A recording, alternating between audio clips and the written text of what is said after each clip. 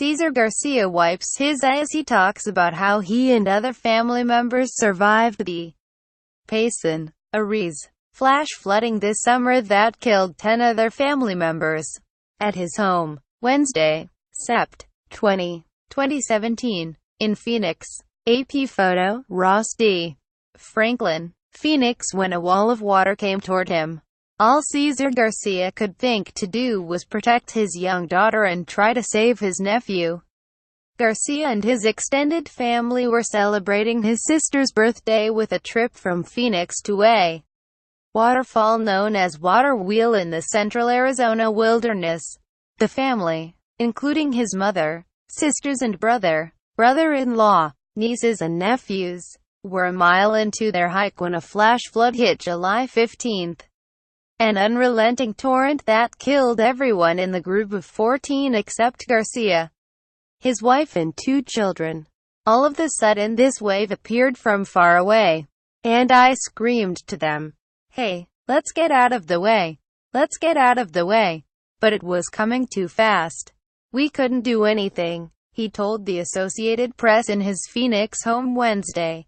Garcia instinctively clutched his 1-year-old daughter, Marina, and grabbed the shirt of his nephew who had fallen. But the boy slipped from his grasp.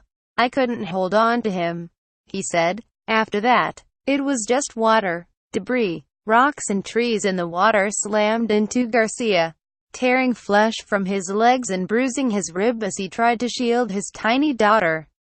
The pair went under and Garcia was able to grab hold of a bush. But the force of the torrent was too strong, and they were washed away a second time, swallowed up by the muddy slurry tearing through jagged rocks. "All I could think of was like, hold on to my baby.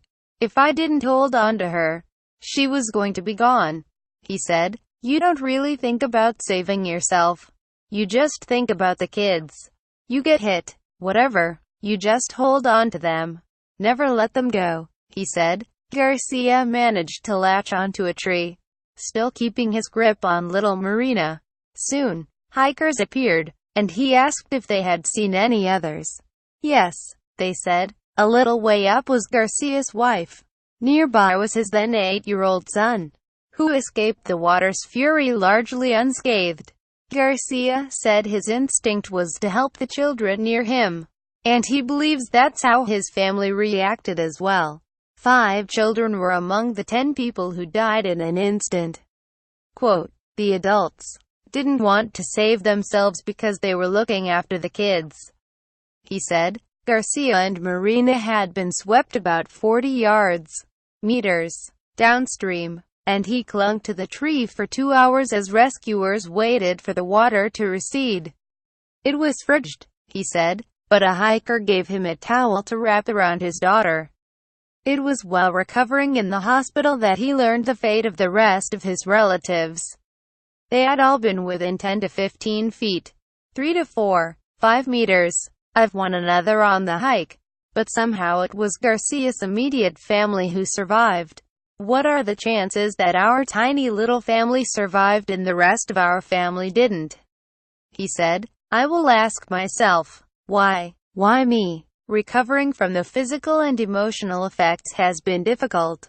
"The first couple weeks were really hard.